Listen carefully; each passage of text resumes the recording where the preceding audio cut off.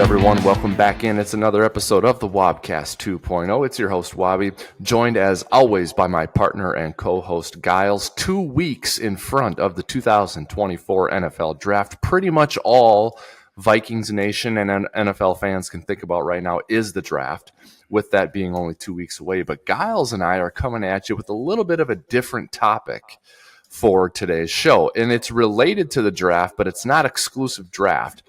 We've come up with our own top 5 lists of current, unrestricted, available free agent fits for the Minnesota Vikings. And we're excited to unveil those lists for you. We'll bounce them off of each other and react to them. And that'll give all of you guys some names to chew on to see if you also think they're good fits for the Minnesota Vikings. Now, the important note about this stage of the offseason for teams is they've got names on their board of guys who they may be interested in, Guiles. But it's a little bit of a dilemma and a debate. Do you add these guys now, right before the draft, because then you know you don't have to attack that position during the draft? Or do you reserve those free agents for after the draft, knowing you can go to them and sign them if you don't address that particular position in the draft? So that's sort of the dilemma that teams are going through right now, in addition to developing their own list of free agent fits. So we bring in Gyles now to help us talk about it and break it down. But Gyles, that's where teams are at right now when it comes to free agency. And I know we both sort of have our own lists that if we were in the walls of TCO Performance Center, these are the names we'd be pounding the table for. 100%. I'm actually opening up my contact list on my phone right now, seeing if Randy Moss is available. Let's go three-peat. Right. Let's give it a go. But being completely realistic, I think you're absolutely correct. I think there's definitely counterintuitive points of view from different people in the NFL. Do you sign people now or do you wait until after the draft? And I think the typical consensus is that if you haven't been signed by now, you're not getting signed until after the draft. However, I think there's some really intriguing free agents that are still available that I think if you are an optimist or an opportunist rather in the NFL, I think there's a few I would actually pull the trigger on now for the sake of being able to get them now, because I think, teams have maybe paused on free agency signings, focusing all their efforts on the draft. And I think it is just that. I don't think it's, hey, we don't want to sign you until after the draft. I just think everyone's focus, time, energy, and money is being spent all in the draft getting prepped for it. But there's a few on this list that I would like to maybe pull the trigger on. Okay, and here's the other thing too, Gyles, because you talk about this a lot where you're like, if you're a team that's trying to move up and the team that you're calling knows exactly who you need or want, the price tag goes up, right? Yep. So you could bring in one of these guys, which may indicate to teams that now that's covered and addressed and you might not be taken. So it does give you sort of that, it can cloak you in a little more secrecy, if you will. If you have a strategic free agent signing here. So anyway, the players that Gyles and I are going to go over right now, they fit into 2 of 3 categories. Number 1, they're available. They're unrestricted free agents right now on the market. But number 2, they either will be signed in the days leading up to the draft or in the days following the draft, most likely. That's where they're going to be one of those 2 categories. So anyway, here we go.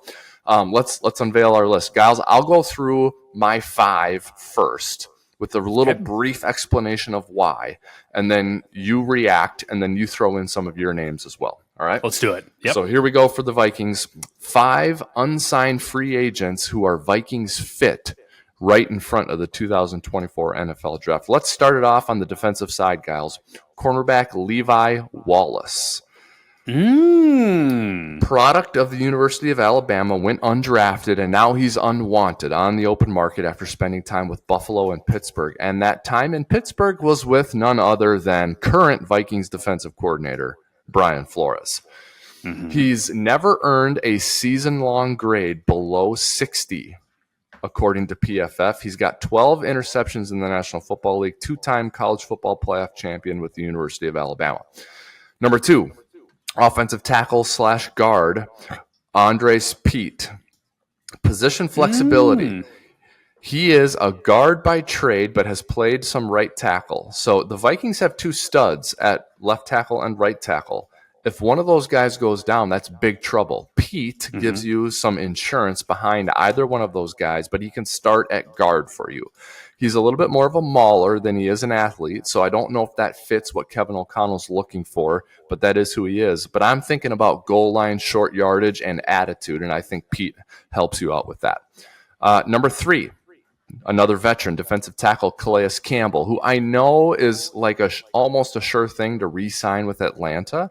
But I wonder what would happen if the Vikings gave him a call. You and I have discussed the Vikings need help up front on the defensive line. Kaleis Campbell gives you help up front on the defensive line, especially on the interior. He does have versatility. You can kick him outside if you need to, but a veteran presence who can police the locker room, who can set the tone that Brian Flores and Kevin O'Connell want. He's got pedigree, played in big games. He's won at a high level.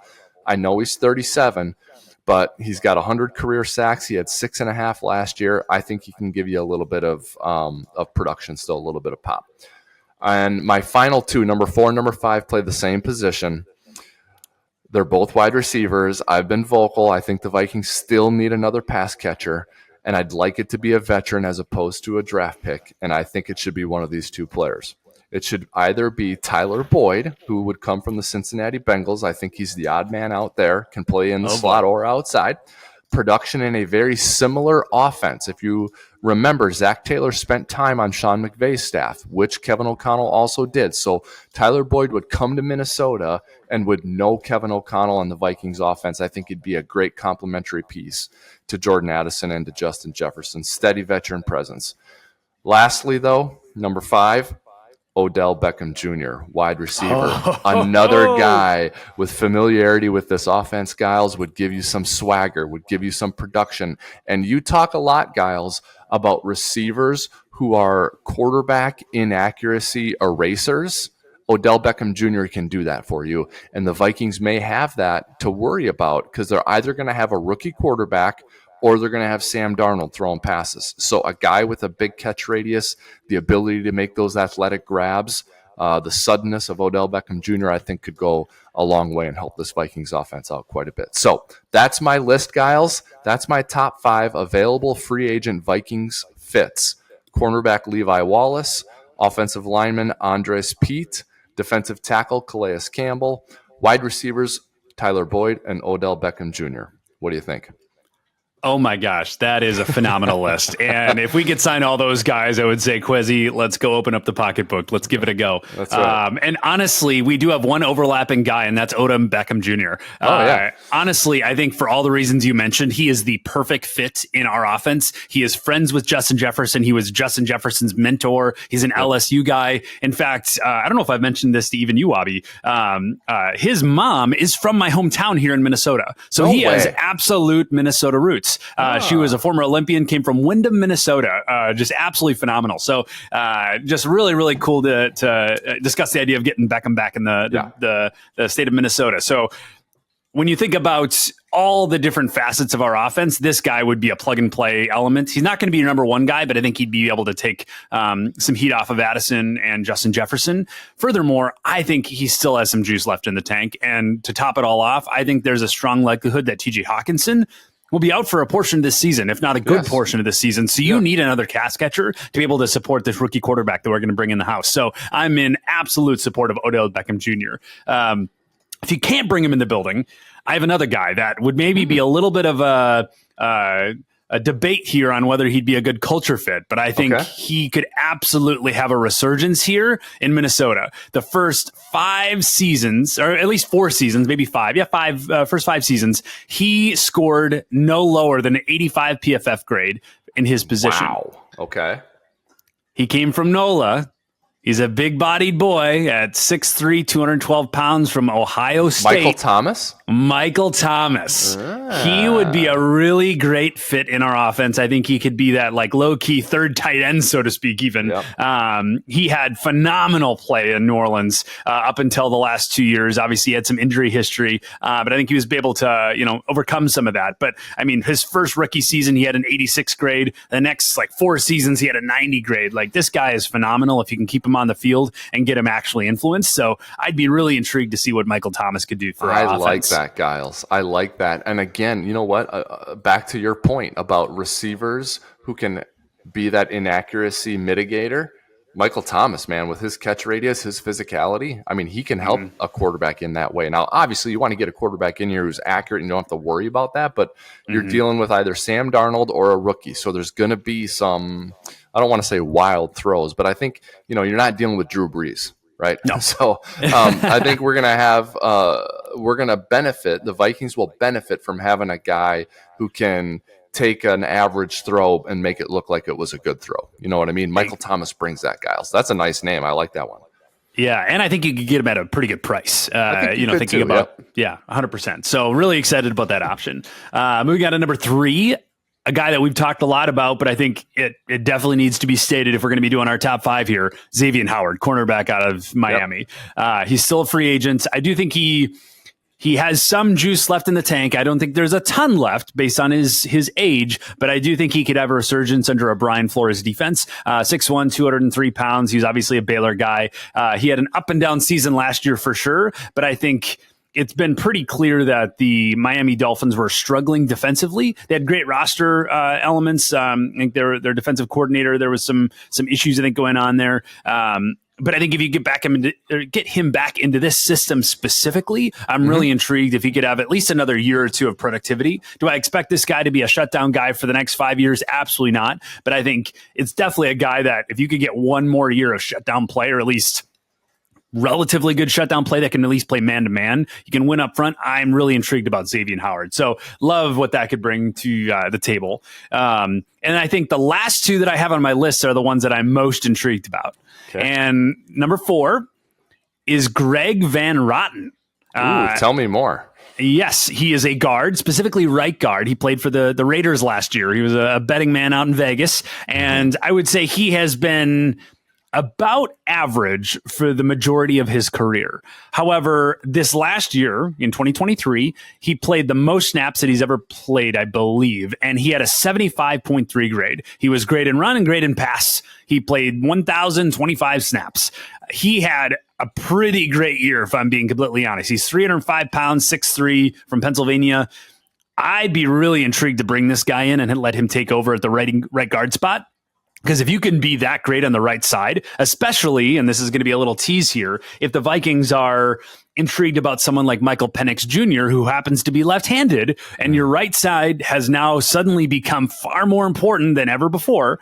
Offensive line is always important, but right side even more so now. If Michael Penix Jr. would be the guy, you need a better right guard. You're from a run standpoint, from a pass standpoint, you need an upgrade at that position, and this guy would do that. Yep, interesting. We both have offensive linemen on our list. I looked at a couple of other ones too, Gyles. Now, he did not come across my radar, but I like the profile. I think that makes a lot of sense. That's the type of guy that I think the Vikings are looking for. There are some others out there as well. There's Connor Williams, who's a center who would come from Miami.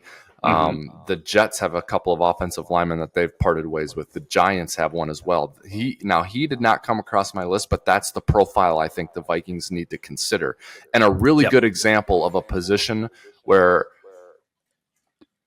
I would say it's an all hands on deck situation for the Vikings, especially on the interior. So I think you want free agent signings like this and draft picks. So I would say let's do both. So, yep. Okay. That's completely agree. Yep. Get someone long in the tooth and someone that's young and let them compete in camp. But at the end of the day, making sure that you at least have average performance on your offensive line. I don't need elite play. If we can get elite play, that's great. But I just don't want a train wreck, especially when you have a rookie quarterback. I don't want there to be an excuse at the end of the season. Oh, I think this rookie quarterback could be good, but he got sacked all the time. We can't figure it out. I'd much rather get certainty on, did we get the guy or did we not? Let's get certainty quick and give him an actual chance to succeed as a rookie. Try to mimic a CJ Stroud type mentality. So really intrigued about this option. And last but certainly not least is something that may be also controversial because he had a horrible season in 2023. In fact, he had not a great year in 2022, but 2023 was bad, real bad. However, when you look at the 3 former years before that, this guy was elite. Elite. This was a 1,000-yarder at his position, and he had phenomenal performance under the former head coach. And when they had new regime, things fell absolutely apart. None other than Mr. Las Vegas himself, Hunter Renfrow. Oh, 5'10", okay. 185 pounds. Yep. He played for Vegas. Last year, he had a 48.6 grade. He had like 255 yards. I mean, just not great. And he's had some injuries. Exactly. He did have some injuries. I completely agree. But if you rewind the clock to 2021, this guy had over 1,000 yards. He is an 80 grade PFF wise. This guy was considered an elite receiver. Right? When you were thinking about the Vegas weapons, this guy was right in it. So if you are able to go buy relatively on the cheap, get him back on the come up, I really think that this could be a really interesting option at wide receiver 3. When you think about Jordan Addison, Justin Jefferson, and bring in someone like Hunter Renfrow, I'd be really intrigued by this because a lot of people are going to look at him as a question mark or a liability. And I think if you can get him back to that first part of his career form when he was actually under good leadership and had a good system, I think that could be really intriguing to go build a good 3-person wide receiver room. Yeah, and so my perception on that one, Guiles, with Renfro is probably a lower cost than someone like OBJ or Tyler Boyd. Yep. But he's got as good a chance as those guys from a production standpoint to help you out. Like I don't know where they're all going to end up, but if I could just flash forward to the end of next season and look at wide receiver stats, I wouldn't be surprised if Renfro had more catches, yards, and touchdowns than Boyd and Beckham Jr. I mean, that could definitely happen. So there's a possibility that he's cheaper and a more productive option. So I like that a lot. And his name did come across my screen when I was researching this and doing this. I ended up siding with sort of the more sensational ideas of Odell Beckham Jr. and Tyler Boyd, but Renfro would be a nice add.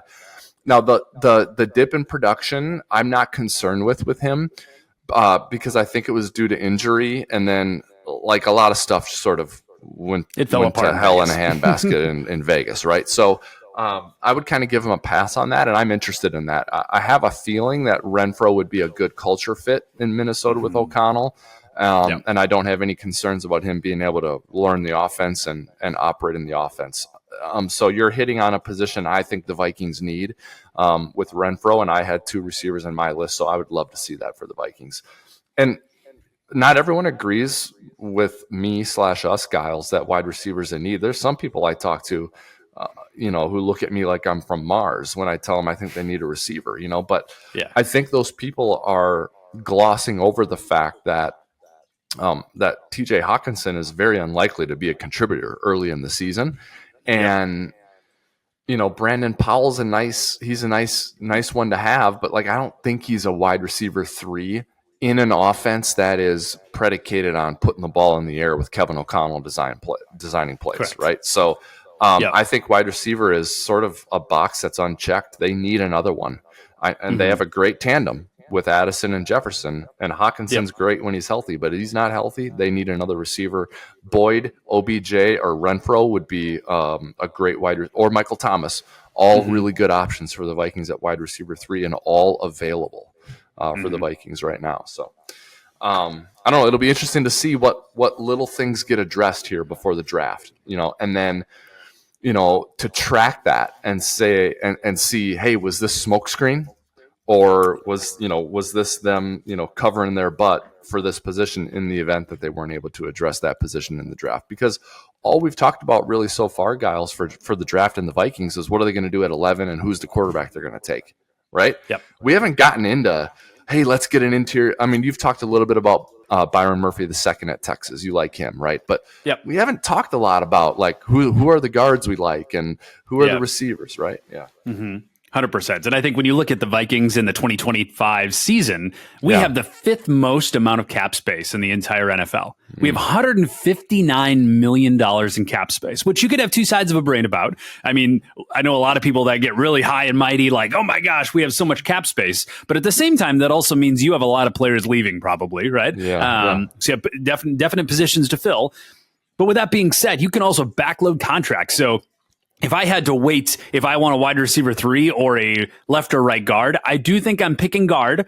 because I want to protect the new quarterback that we're about to draft. I think that is priority number one, but I would love to do both. I would really love to do both to give him 3 premier options for the first part of the season. And if TJ Hawkinson comes back and all of a sudden you have 4 premier options and we're not even mentioning Aaron Jones, that is elite level offense that you're giving a new quarterback. That is elite level. That is how you build a Super Bowl formula. And assuming we're able to get the draft picks right on defense, the changes that we've made and free agency in the defense, I do expect us to be at least league average, if not be elite, if we're able to get a good defensive lineman in the draft. I'm not in love with any of the defensive linemen, to be honest, in this year's free agency, outside of the ones that have already gone.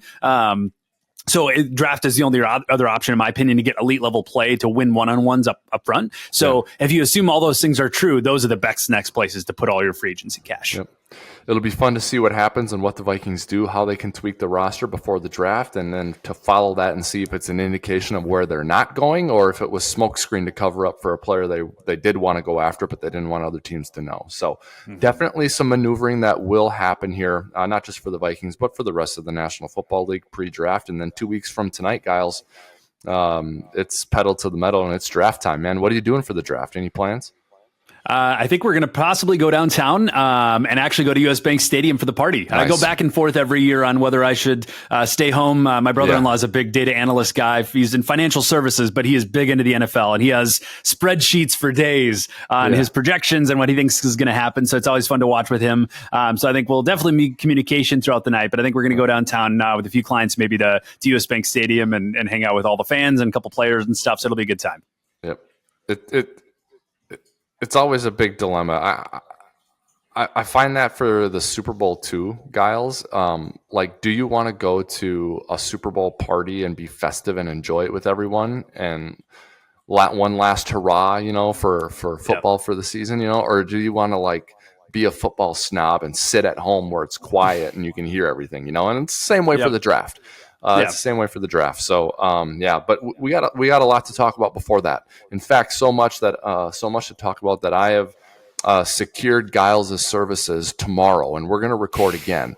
We'll have another episode of the Wobcast 2.0 dropping for you guys tomorrow. And Gyles and I are going to go over the most likely scenarios for the Vikings in the first round. I've got a few in mind. One I think is going to surprise folks. I think there's an outcome that is very concerning.